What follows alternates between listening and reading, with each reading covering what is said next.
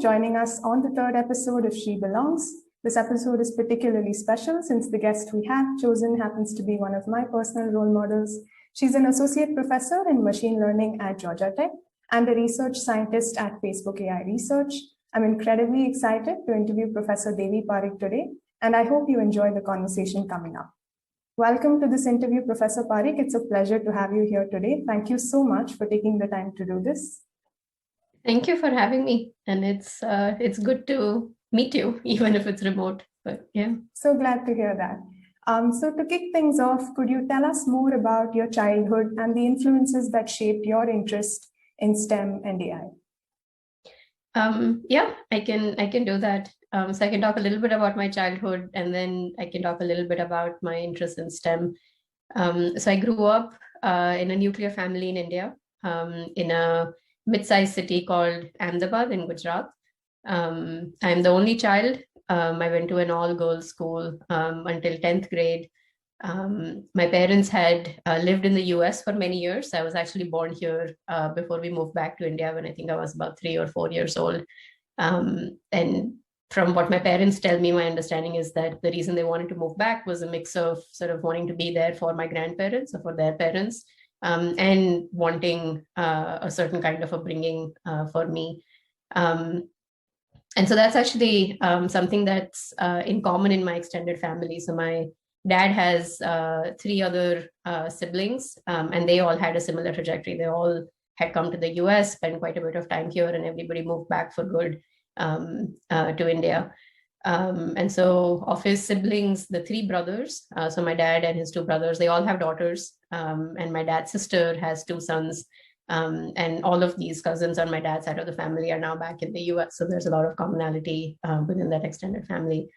We weren't very well off, but there certainly weren't any financial struggles or anything of any kind, at least that I was aware of. So we were fairly comfortable in that regard. Things like education, being disciplined, planning, thinking things through, being punctual, putting things back where you pick them up from, sort of keeping your space clean and clutter-free, all of that were like the recurring themes that I just saw a lot around me and how both my parents functioned and what they would tell me to do and so on. So that was kind of, that's just to give you a sense for how my family functioned. There is this funny sort of scenario that would recur many times where if we've invited some guests over for dinner, it would invariably be the case that if they were going to come at, I don't know, 7 p.m. or 7:30 p.m., right around 5 or 7 minutes before that, all of us would just have gotten ready and we would be sitting in the living room just peacefully waiting for the guests to show up. And so there wasn't any drama of any kind, no running around or anything like that. So that's to give you a sense of what my family is like. In terms of interest in STEM, I think I was sort of always interested in math. Math was my favorite subject. I was quite good at it. And in general, I was a good student. Like my grades would say that, my teachers would say that, my classmates would say that. And in India, at least at my time, it might have changed now. But things like ranking students was a thing, and like grades weren't considered to be as much of sort of private information as it is considered here in the US. So people are kind of openly talking about who got how many marks, as we called it there, and things of that sort. So it was kind of hard to escape a sense for how we are doing as a student, as evaluated by these exams, which may have their own issues. But yeah, so I was aware that I'm doing reasonably well in school. And like I said, I was always interested in math, to the point that I would often use it as a procrastination tool, right? That if I knew I should be studying, I didn't really feel like studying some of the other subjects like geography or history, where the way things were set up in India was it involved a lot of cramming of things, which I didn't enjoy at all and I wasn't very good at. I would sort of keep doing math exams as practice exams beyond a point where I needed to be practicing anymore. I was already fine, but I would keep doing that. So yeah, so I think that interest, as far as I remember, was there. Early in school, so my mom likes telling the story that early in school, she used to be my tutor. And she tells the story that when she was my tutor, I used to be in, I don't know, the top 20%, like in the top 20% of my class. And then she says that my dad then eventually became my tutor. And after that, I was in the top 5% of my class. I don't know if that's actually true. I think that's just a story she likes telling. But yeah, so they were very closely involved in my education. My dad and I, in particular, would go through the entire math textbook for the year in the summer before the school year even started.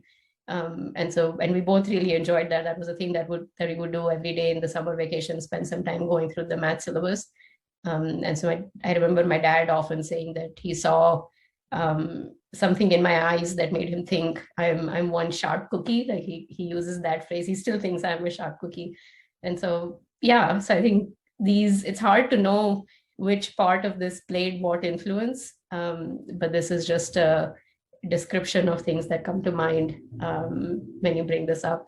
One last point about this, that in India, again, at least when I was there was this tendency that if you're doing well in school, then you're probably going to either be an engineer or be a doctor. And there wasn't a lot of sort of broad-mindedness to the various things that you could do, or there wasn't a lot of consideration to think about what is it that I am personally interested in. You kind of more or less got just channeled into one of these things.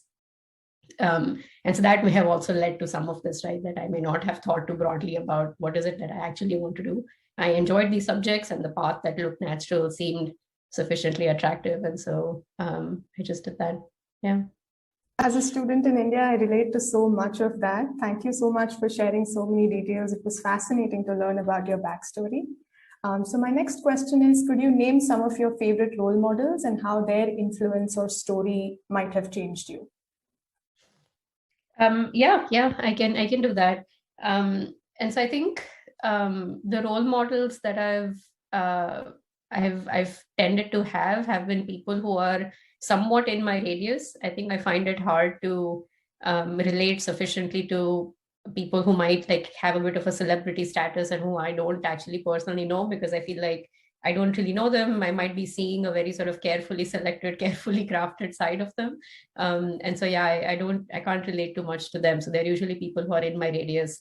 And I think I tend to have this sense of a role model along specific dimensions. So someone might be a role model for dimension X, and then someone else might be a role model for dimension Y, as opposed to sort of there being like a holistic sense to it. And so I can pick a few of these examples and talk about those dimensions and the people there. So one example that comes to mind is Kristen Grauman, who is now a full professor at UT Austin. And this was when, like, especially when I started thinking of her as a role model, was when she was an assistant professor. She's several years ahead of me on like the career trajectory. So I was a new assistant professor. She had been an assistant professor for a while, and she ended up taking this form of like an ideal assistant professor kind of thing for me, in the sense of especially in terms of like there were certain grants and certain awards that she had gotten that in my head became that, oh, if I can get these things, I think I would feel pretty good as having done well as an assistant professor. And so that list kind of became my holy grail, so to speak, of things to go after in this specific way of like grants and awards and things of that sort. Not to say that I got everything that she got, but I do think that played a role for me to have a sense for what are the things I want to go after. Another person that comes to mind is Joelle Pignot. She's a co-director at FAIR. And so I see her around at work on a regular basis. And I think one thing in particular that I appreciate about her is that she has a certain knack for verbal communication, where I think she can talk about fairly complex and nuanced and even sensitive subjects to a large group of people. And sometimes she's just on the spot, like she might not always know, like it doesn't seem like it has been prepared. It often just comes up in some Q&A or some all hands. And I think she's able to just handle that really well in a way where it's very smooth, it makes sense, and it's not content free. Like she is actually saying substantial things. Like sometimes with like people who are higher up in the management chain, they might come across as smooth, but then if you think about it, you're like, wait, but there was no content there. You didn't actually say anything. But in her case, there is content. She's actually saying something, and it is fairly smooth, and it's often for complex topics. And I think she does that really well, and I'd like to get better at that. Another example that comes to mind is Larry Zitnik, who's also a researcher at FAIR.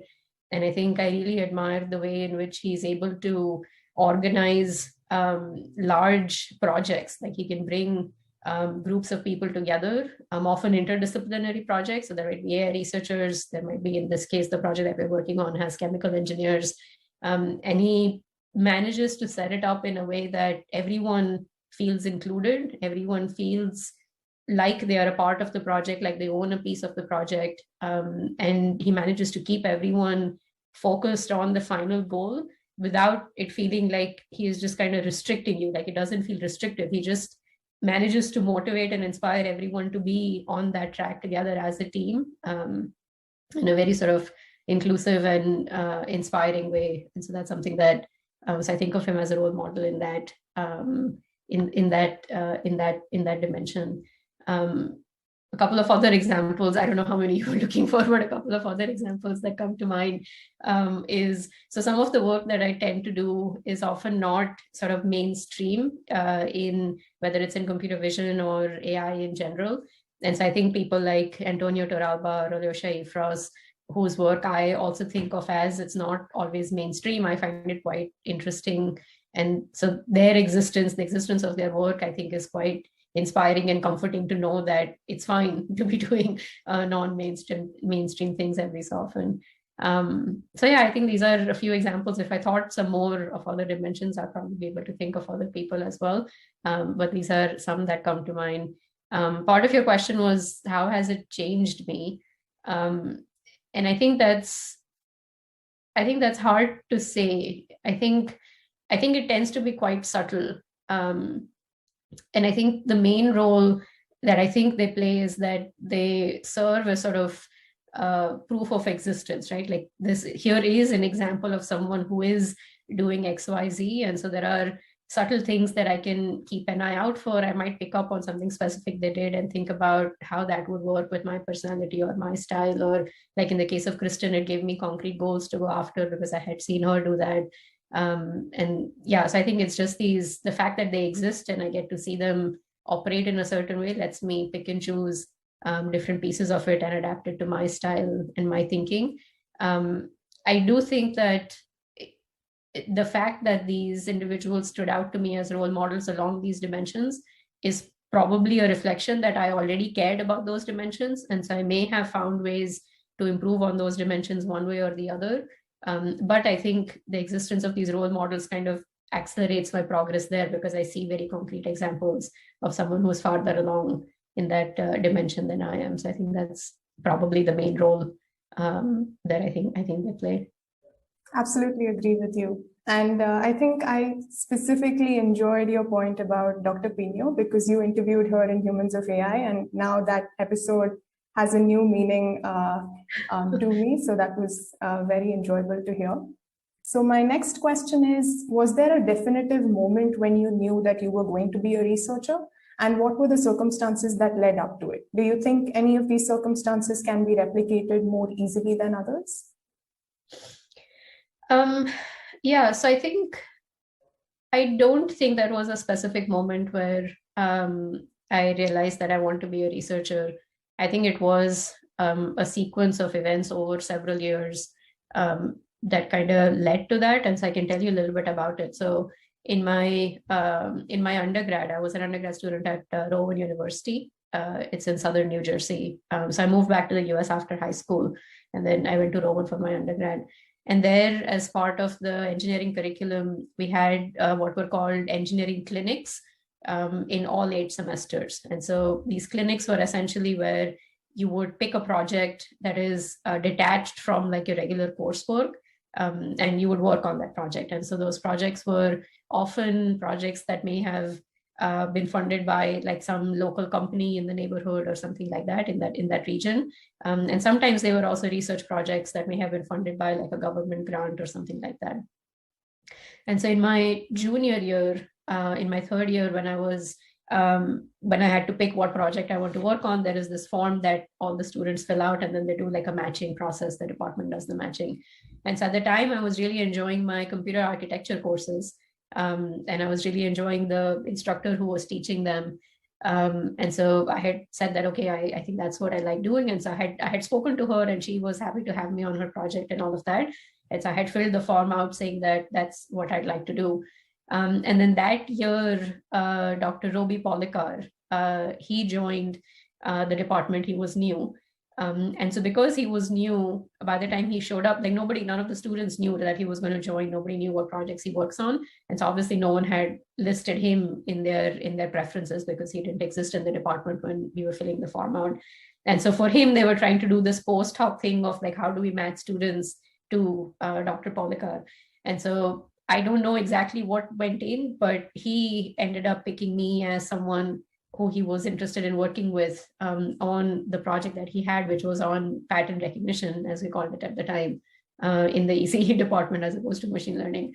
And so he picked me. And so I knew nothing about him. I knew nothing about the space, but I talked to him and it seemed interesting. It seemed fine. And so I decided to go ahead and do that. And so that was my introduction. That was my introduction to pattern recognition, machine learning. And I loved it. I loved the projects. I loved working with him.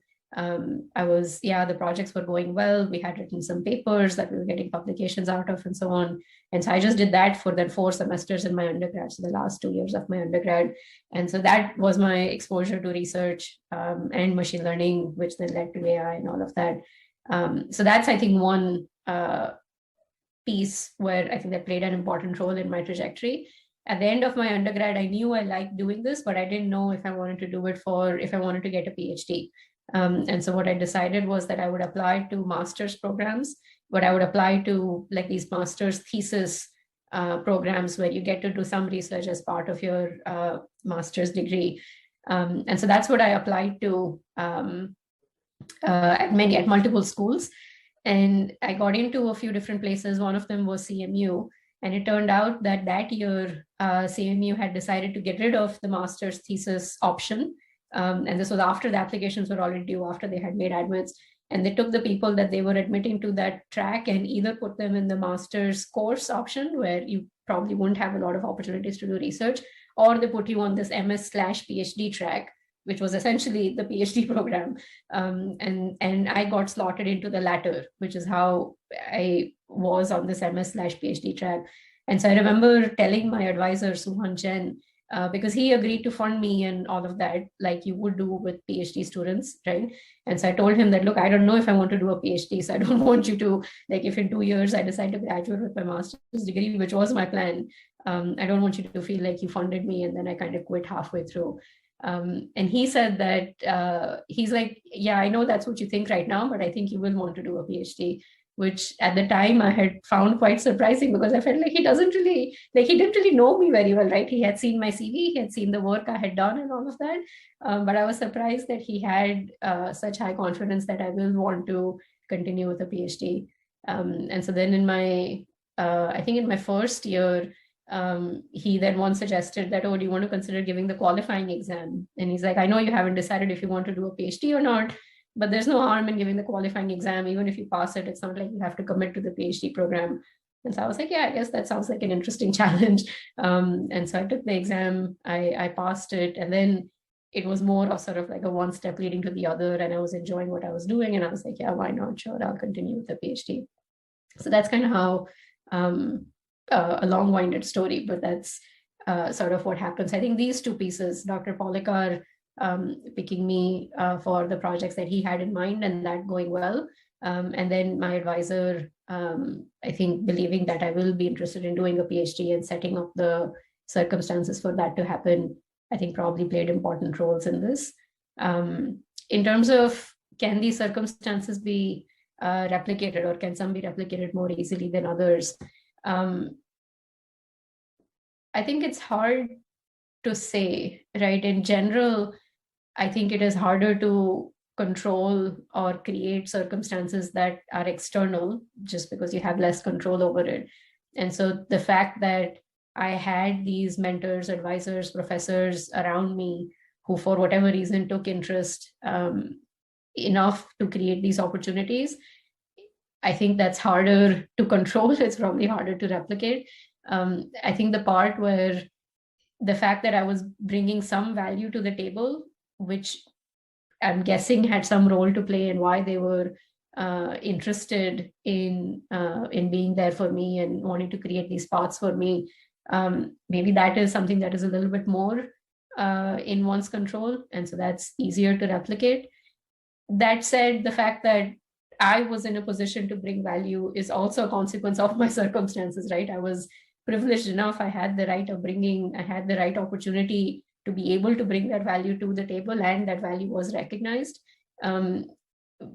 But through that, then we essentially go back into the philosophical question of, is there free will? And I think there isn't, which means you can't really be controlling anything. Everything is a consequence of the past experiences that anyone has gone through. And so then nothing can really be controlled or replicated in that sense. I don't think that's the sense of your question, so I don't want to dig too deep into that. But yeah, I do think the part that's maybe easier to replicate is, to the extent that your circumstances allow, try and build the skills, try and have an attitude that lets you bring positive value to the table. And then you kind of hope that you're surrounded by people and circumstances where that value is recognized and appreciated. And whenever you have the opportunity to give back, right, when you are now controlling circumstances, try and create circumstances where somebody else's value that they're bringing to the table is being recognized and appreciated. And I think if we go through enough of these cycles, hopefully we'll have more and more of these situations where people are appreciated and are given the opportunities to go forward. Yeah. I loved how you articulated that. Thank you so much for sharing that. So I want to talk a little bit about work ethic and the grind that goes behind research. So could you describe your work ethic in detail and talk about how it evolved to be what it is?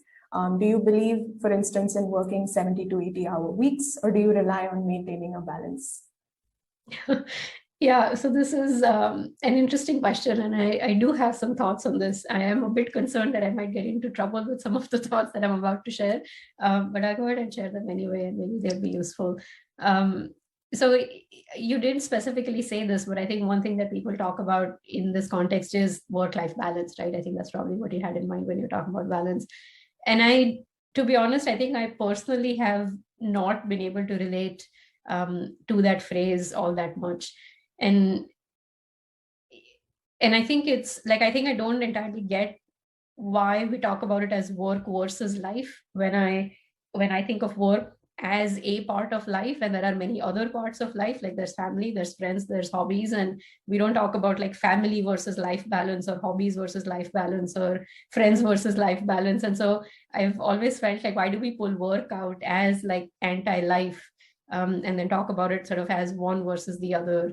And so I think that hasn't quite worked too well for me. I recently came across this phrase called work-life integration, and I think it was by Shelley Archambault, if I'm remembering correctly. And I think that was a little bit better. And her premise was that balances, by definition, are super sensitive, right? It implies this notion of there being perfect balance at all times. And that is just very sensitive, and anything going slightly one way or the other can very easily tilt the balance. And so she finds that to be sort of too high of a standard, or too unrealistic of a standard to be going after. And so she likes to think of it as sometimes there's more work, sometimes there's more life, but overall you want things to be integrated well. So I like that integration part. I still don't fully get why we're pulling work as if it's in contrast with life, separated out. Now, I should say that I am aware that there's a good chance I think of it this way because I'm fortunate to have a job that I do out of interest. And so I can imagine that if there are situations where someone has to do a job in order to make ends meet, and someone has to do a job in order to support the rest of their life, then I see how this work versus life framing can come about. But I suspect that most people who are at least in research are likely doing it out of interest, because, for instance, if anybody who chose to get a PhD, that already was financially not a very wise decision, because for 5 years you're not making a real salary and you're continuing on as a student. So at least about a decade ago or so, I don't think financially that was a very wise decision, right? So I think in research, I suspect that a lot of us are doing it out of interest. And so this work versus life, I think I don't fully get. I think the way I tend to think about this is that there's a portfolio of things that I'm interested in life. And I decide how I want to spend time on each one of these things. So for example, for me, hanging out with people that I like hanging out with is always number one priority. That if any time I have the opportunity to hang out with people I like hanging out with, I don't remember ever saying no because no, I need to get work done, or no, I need to do X, Y, and Z. I mean, if I have prior commitments, then yeah, I'm not going to flake on those. But it's never been the case where no, I need to get work done and so I'm not going to hang out with people, right? So that has been sort of at the top of my list. It doesn't end up being a large percentage of the way I spend my time, right? And so, yeah, so I do think I spend a good amount of my time on work, but I think I do it out of interest because that is what I'm interested in doing. There are other things I'm interested in, like right now I'm really into macrame and origami, and recently I discovered audiobooks, and so I've been spending a lot of time doing that. And so when I find these other things that I'm interested in that I would like to spend time on, I very easily shift to that mode where I spend a lot of my evenings and weekends now doing these other things. Whereas up until a few years ago, I think I was spending a lot of my evenings and weekends on work. And so, yeah, I think I approach it just as I try to maximize the time that I'm spending on things that I'm interested in, and I try to minimize the time that I spend on things where I feel like that's not bringing a lot of value either to me or to the world. And that's what I'm optimizing for. And the portfolio of things that I'm interested in varies over time. Like I said, hanging out with people is something I care about a lot. Work has certainly been a huge part of how I've spent my time. And other pieces come and go, and that kind of changes the distribution of where I'm spending my time. So yeah, so that's kind of how I think I've tended to approach it. In terms of maybe getting to your question a little bit more specifically, I do spend quite a bit of time working. Like I said, so on weekdays, it's often the case that from around 9 in the morning to often 7:30, I am mostly just working. I'm not taking a lot of breaks. I'm not stepping away from much. That is focused work time. It's often the case that I might also spend a couple of extra hours after like 8 or 9. At least a few years ago, it would be that I spent some more time working. These days, like I said, I'm really excited about macrame and things like that. So I spend time doing that. Yeah, I am an always on person, in the sense that whenever I'm at home, I'm generally somewhere around my laptop, or my phone is generally somewhere around me. And I know this is not recommended, right? Which is why I think anyone listening should take this with a huge grain of salt. I am describing how I do things. This is not a recommendation. It's not a prescription. But I do like staying connected. I do like knowing what's going on. I don't end up craving. I know there are a lot of people who really like going on trips where they're just completely disconnected from technology for a week and so on. That's not something that I've craved. It is possible that if I do it several times, I might see the value in it. But the way I am right now, I do actually like being connected and staying online and knowing what's going on and things of that sort. So, yeah. Makes a lot of sense. And I think you addressed this in your answer, but if you want to add anything else, you also wear the hat of an artist, like you mentioned. So in what ways has your art helped you as a serious hobby that you can turn to as a researcher? Yeah. So I actually hesitate quite a bit to call myself an artist. And I think it's because I think of it as like, you get to be an artist either because you got the right degrees and you got the right training, or somebody else has to recognize you as an artist. I find it, I always felt like I can't just get up and call myself an artist. That's not how it works. But at some point, it became cumbersome to kind of say that, every so often I write code that generates visual patterns that I find interesting. That's just like a very cumbersome thing to say. And so just saying I'm a generative artist is easier. And yeah, it was also a way of sort of connecting with communities of other people who have similar interests. And I think a lot of individuals in that community do call themselves, and I mean, they're making amazing things. So it makes sense. So yeah, I think of myself as a so generative artist is what I've settled on in my own head. But yes, I really enjoy it. I have a lot of fun. I have a lot of fun with it. Like I alluded to in my earlier answer, I don't think I think of it as something that I sort of turn to or that helps me balance something else out in my life or anything like that. I think it is, like I was saying, it is a piece of the portfolio of things that I'm interested in. And so I've really enjoyed it. Like I said, I've ended up interacting with the generative artist community quite a bit, which I think wouldn't have happened. I wouldn't have found that world at all if I didn't get interested in that. And right now there's a lot of excitement around NFTs and cryptocurrency. And it gave me the chance to dabble a little bit into crypto art just to see what the world is like and how these things function. And yes, I think I wouldn't have had these opportunities and this exposure if it wasn't for that interest. And I care quite a bit about trying to have a diverse set of experiences in life. And so I think these hobbies give you those means to get different experiences, connect with different people who you wouldn't have otherwise. And so I think it plays that role. But yeah, I don't think of it as it playing a role of any sort of a balancing act, so to speak. I have enjoyed several of your pieces of art, and I hope you keep continuing for as long as possible. My next question is, have there been specific professional moments when you were at your lowest, you felt demoralized or you felt like a failure? And if yes, how did you overcome them? Yes, nothing specific comes to mind. I don't feel like there has been like a deep significant low, or where I felt like a failure or I felt significantly demoralized. I mean, a bunch of rejections are never good, right? Like a bunch of rejections they hurt, they're painful, but I've tended to think of them as like more of these discrete events. Like there are some highs, there are some lows, but I feel like in terms of overall global trajectory, I don't feel like there have been like significant lows that have happened. One that maybe comes to mind, and I don't think it's a very good example, but I'll go ahead and give it anyway, is that, and this was very early on, this was after 10th grade, where you probably know of this, but like we have these board exams, right, in India, either at the state level or central level or so on. And so after my board exams, so the school that I was in, the all-girls school up until 10th, for 11th and 12th, there wasn't the science stream, which is what I was interested in. And so I knew I had to be changing schools. And so admission to these other schools was based on what grades you got, what marks you got in maths and science in the board exam. And I think the schools that I was interested in had a cutoff of something like 199 out of 200 or something.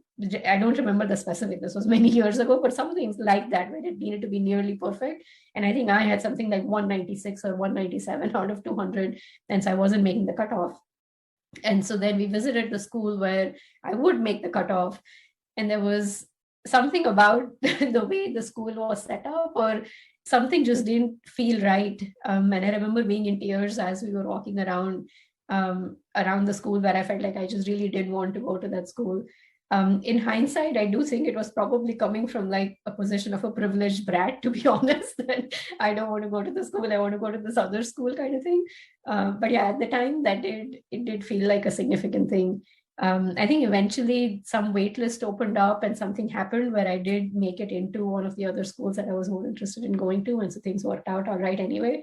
So even this wasn't a low for a very long time. And like I said, I think it was more a childish, I don't want to go to the school kind of tendency than anything serious or adult like. But this is one that comes to mind.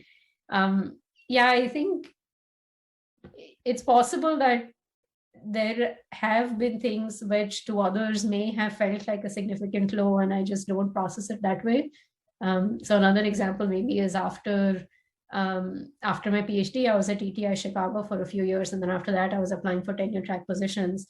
And I got an interview from, I think it was like a top 5 or a top 7 school at the time in the US. And I was pleasantly surprised that I was even being considered for an interview. So I was quite excited about that. And then the interview, the feedback that I got was that the interview has gone well. And I think someone may have even sort of somewhat informally indicated that there's a good chance I might get an offer. But I did not end up getting that offer.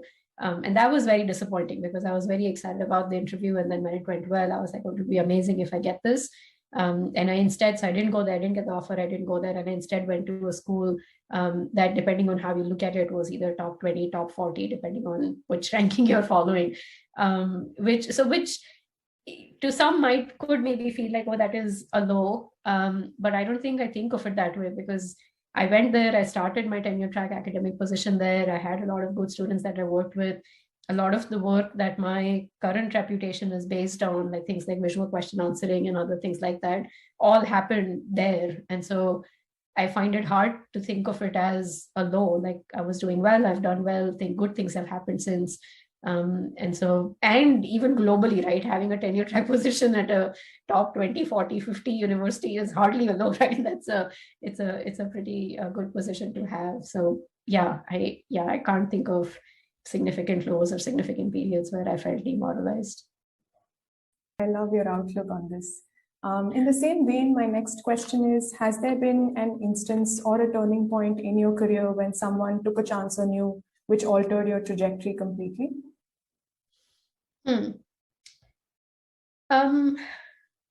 I think in terms of altering my trajectory completely, maybe not quite as significant, but I think there are a few examples that come to mind for maybe more subtle things that I do think left either an impression on me or opened up a certain opportunity for me that I think made a difference. And so I can share some of those.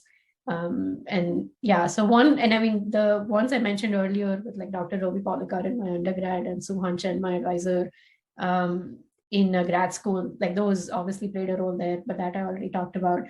Some others are more subtle. So for example, one of my internship mentors at MSR, who is now a long-term collaborator, and so this is Larry Zitnik, he was a long-term collaborator, I mentioned him earlier. So long-term collaborator and mentor. This was the first time I had, so this was a while ago, so this is one of the first projects I worked with him on that. And at the end of the internship, he likes having conversations with interns just about sort of career goals and career advice and things of that sort, like taking a step back. And in that, he had given this example of that one thing to maybe try and shoot for over the course of your PhD or your research career in general is to try and have a piece of work where if someone thinks of your name, then that sort of the teaser figure from your paper, like most computer vision papers have, right, that figure 1 on the first page, that when someone thinks of your name, that teaser figure pops in their head. Or if they see that teaser figure, then your name pops in their head, where, oh, like this work is, it's that person who I know, like, or maybe, oh yeah, she's the one who did that, right? And that to me was quite interesting, not in the sense that that's the one thing to like over optimize for, or like the point isn't to make like an amazing teaser figure so that people remember it. But the point was more that this association between you and some work that you've done, somehow this framing helped a lot. Like a lot of people talked about doing good research and doing good work and making a lot of impact.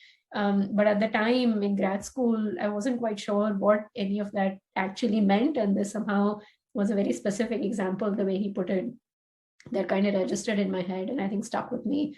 And I think that helped. Another example is that I had applied for this grant to a nonprofit organization. And the way this organization was evaluating these proposals was by reaching out to experts within their network to get feedback on both the idea and also on the person who was proposing it, to get a sense for whether based on their track record or their credentials, if they would be able to execute on this research. And so I don't know this for a fact, but my sense is that someone that they reached out to in their network did vouch for me as someone who they felt would be able to execute on this proposed work. And I suspect that made a big difference because when the awards got announced, I think I was the only one whose institute wasn't already connected with this non-profit in one way or the other, and who wasn't at an institute that is like top 5 in the country, for example. And so it stood out to me as an outlier, and I have reason to believe that someone vouched for the fact that they think I would do well. And those funds were important because those funds is what funded like the VQA data set and all of the work that came out of that. And so I feel like that played a pivotal role in putting me on a trajectory that led to a lot of good things that came after. Yeah. And one more like very subtle one that I will share, but just to give an example of how something small can make a difference, is the following. So in the last year or two, so this is very recent, right? In the last year or two, I have a senior person who I think has gone out of their way to tell me that the fact that I think about things differently, or the fact that I approach things differently, or I do these different projects is valuable. And I don't think I had anyone tell me that quite directly. I had a sense for it. Like, I think people often said things that somewhat indicated that. So in an indirect way, I had a sense. And also that every so often, if I'm in a room and I say something, then from people's reactions, you can often tell that, oh, they thought, yeah, that was actually a good point, and none of us had thought of it. And so you get a sense that, yeah, there does seem to be something different that I bring to the table that's valuable. But the fact that this person has said this very directly to me, and I am farther along in the career, right? I'm reasonably secure, I'm reasonably confident, and it still made a difference, right? Even at this stage, it made a difference when someone said that so directly. And so I imagine that it would make an even bigger difference for anyone who is more junior, who is earlier on in their career trajectory.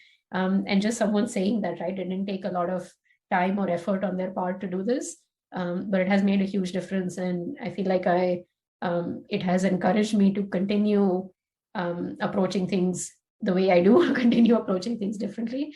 And so I think that has been nice. I am a bit concerned. I feel like one of these days I'm going to go overboard with approaching things differently, or being too transparent, or being myself too much, where I might get into trouble. I might say something that someone doesn't like, and that has consequences. So I am being a little careful, but yeah, I did appreciate when the person pointed that out and has said so on multiple occasions. Yeah. Love these stories.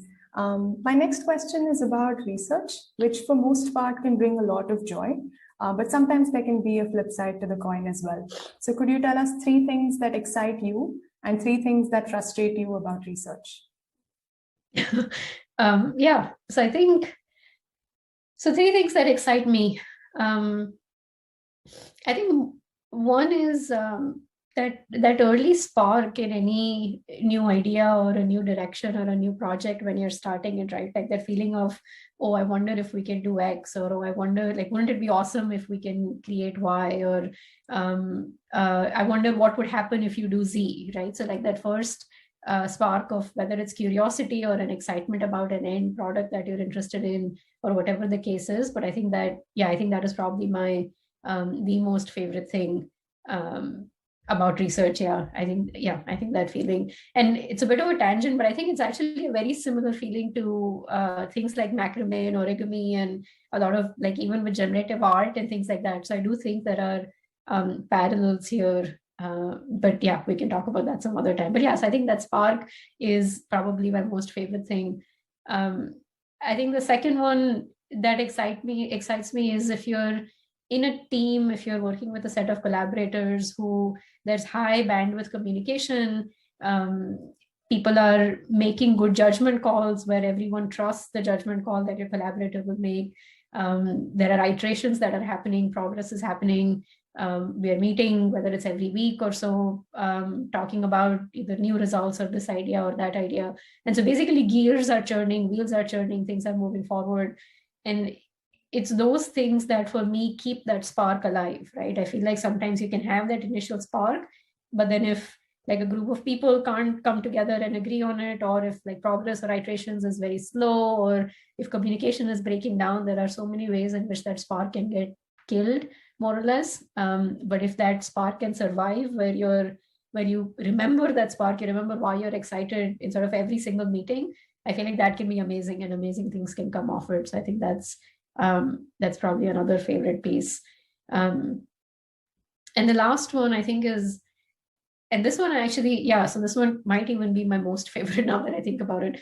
But I think research gives you the opportunity to, like, it can be a form of creative expression, in the sense that research allows the space for you to bring yourself to it, right? You can, the problem that you pick, or the approach that you choose to follow, or the people that you choose to work with, or the perspective that you, the way in which you think about things, I think all of that ties quite closely into who you are, what your views are, what your past upbringing was, what your personality is, what are the things that excite you.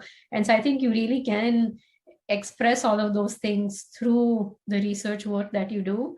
And I think I really appreciate, I'm grateful for that. I really, really like that.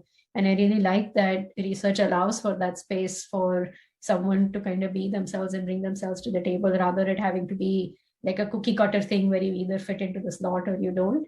And yeah, I think I like thinking about those aspects. I like thinking about what is it that I care about and going after those things. And so, yeah, I very much appreciate that research gives you that space and that opportunity to do that. Yeah. And I mean, like with other things we were talking about, there are also issues with that, right? Like, given the systems we are in, some people can bring their full self to the table, right? Who are like in the majority, for example, right now, and some other people can't. They don't have the same privilege. They do have to hold back, otherwise there might be repercussions. And so, yeah, I'm not trying to make a blanket statement that it's a completely fair, open playing field or anything like that. I'm just saying that research does present an opportunity to bring yourself into it, and that's something that I personally enjoy. But I'm very aware that different groups of people are able to leverage that more so than others. Yeah. In terms of frustrating things, yeah, I don't know. I feel like I am quite hyper vigilant about minimizing things in my life that I find frustrating. And I try and maximize the things that I enjoy doing, where I feel like I'm bringing some value. And so there isn't much. You obviously can't minimize it to zero. So I'm trying to think more about that. So one that comes to mind, and this is more my personal situation and not perhaps research in general, is that I lost touch with coding right around the time when the tools were changing drastically. So right around when like deep learning was showing up, and TensorFlow and PyTorch and all of those things were starting to bubble up. I mean, even before that, Keras and all of that, right? So when these new frameworks are happening, that's right around when I was starting my faculty position. I was spending less and less time coding. I was working more closely with students, and students were the ones doing the implementations. And so I think in that phase, I lost touch with, like I said, with coding and the tools and all of that. And that frustrates me, because I feel like it happens frequently where I have an idea where I would really want to try it out, but now I have these extra steps of trying to find someone else who is also excited about it, who can then execute on those things. It would be much better if I could just get going. And so there are some ideas where I can just get going and I do that, but there are some where I'm not quite as good at it as I was, for example, when I was a grad student. And so that's something that's frustrating. I wish I could, and I also have a bit of an aversion to steep learning curves. I'm not very good at that. And so that combination has led to a situation where I haven't fixed this, or I haven't made as much progress on this as I would like. So that's one piece that's frustrating for me personally. It's not about research in general. Research in general, I mean, the usual frustrating things are you don't know what's going to work. You might try a bunch of things and that might not work out and all of that. But I think I've just taken, it's just so much a part of just day-to-day life when you are doing research, where they don't stand out to me as particularly frustrating. I just think of them as that's just part of that's just the rules of the game, so to speak. So yeah, I feel like I don't have anything good to share in terms of frustrating things. True, I'm sure every researcher relates to some part of that every day. So the general conception is that academia and research can often be pretty cutthroat, and that one can't be too emotional in terms of one's output and performance. So in contrast, women are often boxed into this category of being too emotional, which is looked down upon professionally. So do you think you inherently lean more towards the emotional side or the detached side? And how has that helped you? Has any of it been cultivated consciously? Yeah, so it's an interesting question, and I hadn't fully realized this, but yeah, so I think I am a fairly emotional person in the context of interpersonal relationships and equations. So like with like friends and things of that sort, I am a fairly emotional person, and yeah, I would like to be less so, to be honest, but yeah, I am a fairly emotional person. But that somehow hasn't translated. I don't think I am an emotional person in the context of my work. So there are things that I care about. For the things that I care about, I do put in a lot of time and energy and thought. I have fairly high standards, at least I think so, for again, for the things, for the pieces that I care about. So I am attached to my work, like I care quite a bit about my work, but I don't think I am emotional about my work. In fact, I think I might be less emotional than at least some of the people that I've seen around me, in the radius of people that I interact with on a daily basis. Um, yeah, which is not something that I had explicitly noticed about myself. So thank you for this question. But yeah, and whether or not this has been consciously cultivated, I don't think so, because like I said, I didn't have this clarity up until you asked this question. And so I don't think it has been consciously cultivated. I do think it helps. I think it helps to not be emotional about outcomes, especially in research, like where there's so many rejections of papers and grants and internships and jobs and all sorts of things that come your way. So if you have a way of not getting of being attached to your work but not getting emotionally attached to the outcomes, I think that can be very helpful. So yeah, if there are ways of cultivating that, or tips or tricks to use to do that, I do think that would be quite useful. Otherwise it can be a very difficult journey if you have strong emotional reactions to all the rejections that are likely to come your way. Yeah. Yeah, your answer is really insightful, because I myself often struggle to draw the line between being emotional versus detached with research. So moving on to diversity and inclusion in tech and research, which have been talked about quite extensively lately. I want to concretize the benefits of having women at the table for a moment. So what are three things that you think female researchers bring to the table differently than men?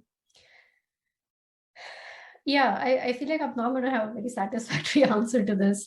Yeah, I think women is still such a large group of people, right? It's still such a diverse group of people, where it's hard to think of something that is somewhat commonish among all the women that would be in contrast to men. And so I think, yeah, I think that's hard. I think it's still a very diverse group. I think just sort of having diverse perspectives on the table helps, right? There are going to be things that, if it's like one homogeneous group of people who are all thinking more or less the same way, there are going to be blind spots that you miss. There are going to be opportunities that you miss. Sort of a different perspective, someone who thinks about it differently, who approaches it differently, can be a lifesaver. It can be a game changer. It can, right? Like it can point the group in a direction that everyone, like I said, I feel like I'm repeating myself, but there are just blind spots that will not be covered. And so if you have different perspectives, even just mathematically, right? If you have different perspectives, there's going to be more coverage, and you are going to miss fewer things. You're going to miss fewer bad things that could have happened. And so in the sense that you will notice them early, and so you will avoid those bad things, and you might have missed positive opportunities, which if someone else is around with a different perspective, they might notice that the group might miss. So yeah, I think the value is in diversity. I feel like I'm being a bit tautological here, but yeah, if you have different perspectives, you are going to catch things that you would have missed otherwise. And I think it's also like the aspect of like more diversity means more coverage. And like I said, like even mathematically, you can just talk about it, right?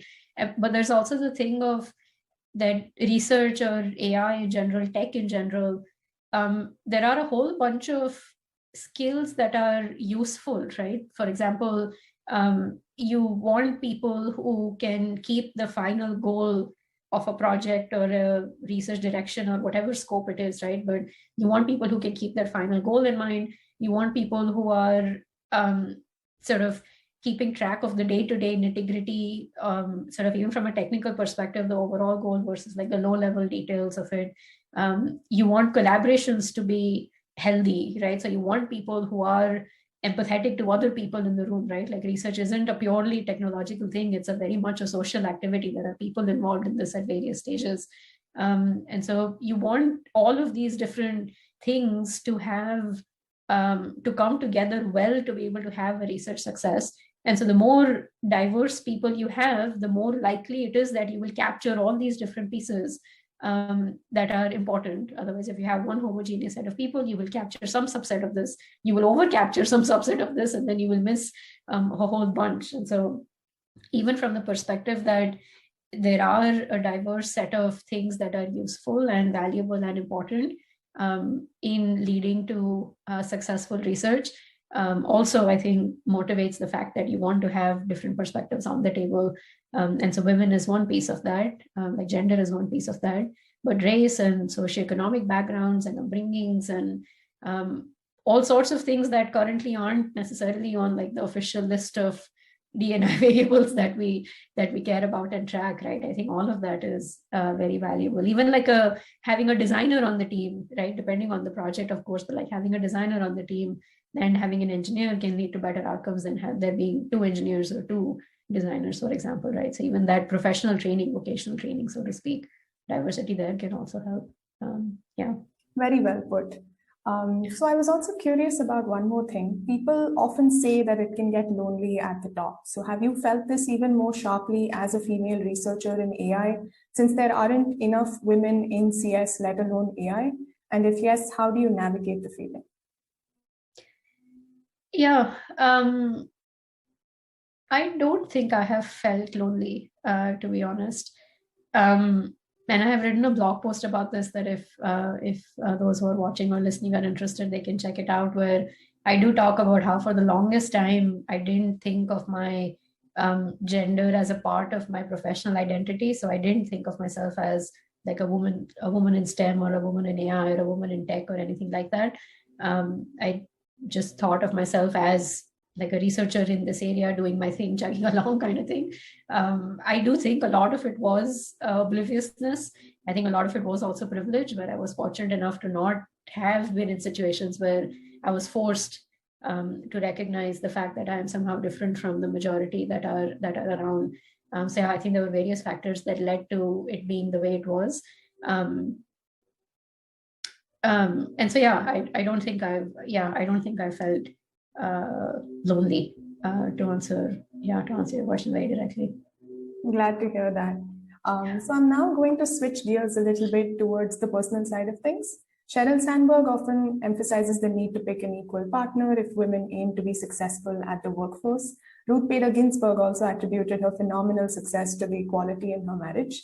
In your case, how has it helped to have a partnership where someone understands your work inside out, shares your professional passions and struggles, and is a partner both professionally and personally?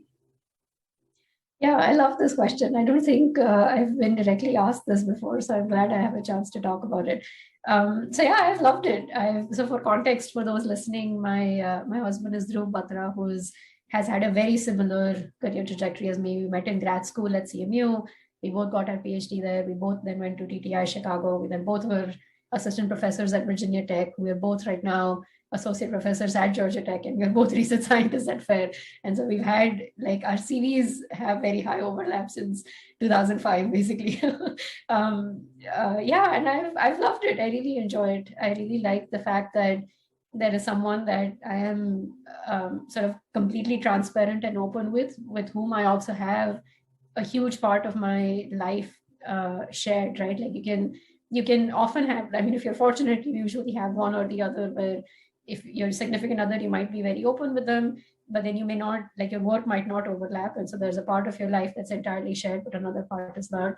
Or you might have colleagues who have your shared work life, like your work part has that intersection, but you may not be 100% transparent and open with them to the extent that you are. So yeah, I really enjoy that intersection.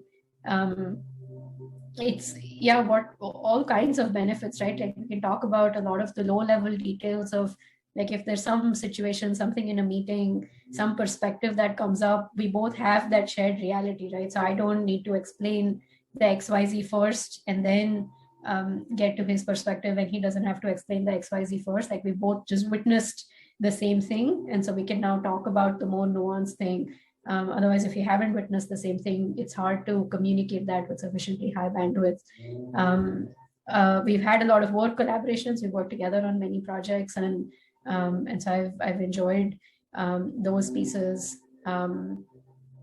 Yeah, we have like common deadlines, and so the crunch times are together, and then the relaxation period is all completely synced together, and so that has benefits where there isn't like, if it's async, then you might have to coordinate more to figure out, okay, so when do we go on the vacation, or when do we take time off, and so on, and so all of that just naturally gets synced.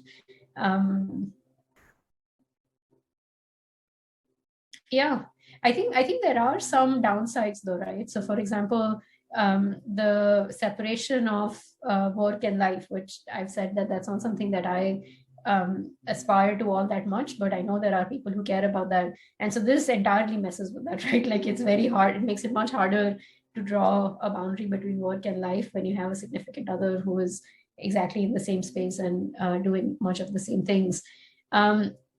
More so for me, there's also the downside that because there is so much of a shared experience, the two of us tend to have very similar thoughts and opinions and views along certain things. So going back actually to the diversity angle, right, that is lacking. Like the two of us tend to be our experiences are very homogeneous, and so we tend to have very similar perspectives, and so there probably are significant blind spots that our sort of family unit, so to speak, suffers from, that neither of us might catch because we just don't have those other experiences. And that's something is that I do worry about, and we talk about this every so often as well, that yeah, we might just miss certain perspectives because both of us are going through the same realities. I mean, very similar. It's obviously not identical, but very similar. We do have different personalities, different temperaments, different ways of looking at things, different opinions. So there is plenty of difference in opinion to go around. But I do think for certain higher order bits in life, we think very similarly. And that worries me a little bit that we might be missing a perspective. Yeah. Well, I must say that this was my favorite answer, and I was really looking forward to it as well. So glad you answered that. So we're nearing the end of my list of questions. To wrap this conversation up, can you tell us 5 of your favorite things, excluding research and art, that bring you joy? Yeah, I don't know. Does macrame count as art? It probably does, but it brings me a lot of joy, and so I'm going to name it anyway. Yeah, I think it's pretty amazing that you can just take pieces of rope and with your hands make things that are, yeah, it's pretty cool. In terms of favorite things that bring me joy, so in terms of food, I think it's pizza and papri chaat. Not together necessarily. I meant those as separate things. Yeah, to be clear. Although I don't know, even together could be interesting. But yeah, I made it. I meant separately. Uncle Chip's spicy treat. For those of you who I think in India people might recognize it, here they might not. Things that bring me joy. My calendar, my time management routine brings me joy. I genuinely enjoy managing my time. I enjoy minimizing things that I don't like. I enjoy maximizing things that I get joy out of and vary out of, and I very actively, yeah, it makes me happy. I recently tried acrylic paint pouring, and that was fascinating. That was a lot of fun. I want to do more of that. I recently read Beginner's Pluck. That I had also tweeted about it. And I really liked it. I recommend it to people, especially early on in their careers, to check that out. I could relate to a lot of that. Things that bring me joy. Connecting to people brings me joy. I like having conversations of this sort. I hate small talk. I like talking about real things. I like having deep connections, even if they're momentarily deep, right? We don't have to become best friends for the rest of our lives or anything like that. But even in the moment, just deep human connection. I actually even have a website that has a bunch of questions that I often go to have to like use as seeds for conversations. And so, yeah, hearing about people's lives, hearing about their struggles, hearing about what brings them joy, again, very much like this conversation. So yeah, I think connecting with people brings me joy. Well, this conversation was an absolute delight for me as well. It was such a pleasure speaking with you today, Professor. Thank you once again for taking the time to do this and for supporting our cause. I thoroughly enjoyed this conversation, like I mentioned, and I'm very excited to have our viewers take a lot out of it as well. So thank you so much. Thank you. Thank you so much for having me. I really enjoyed thinking about these things and talking about them. And yeah, like you said, I hope people who are listening get something out of it.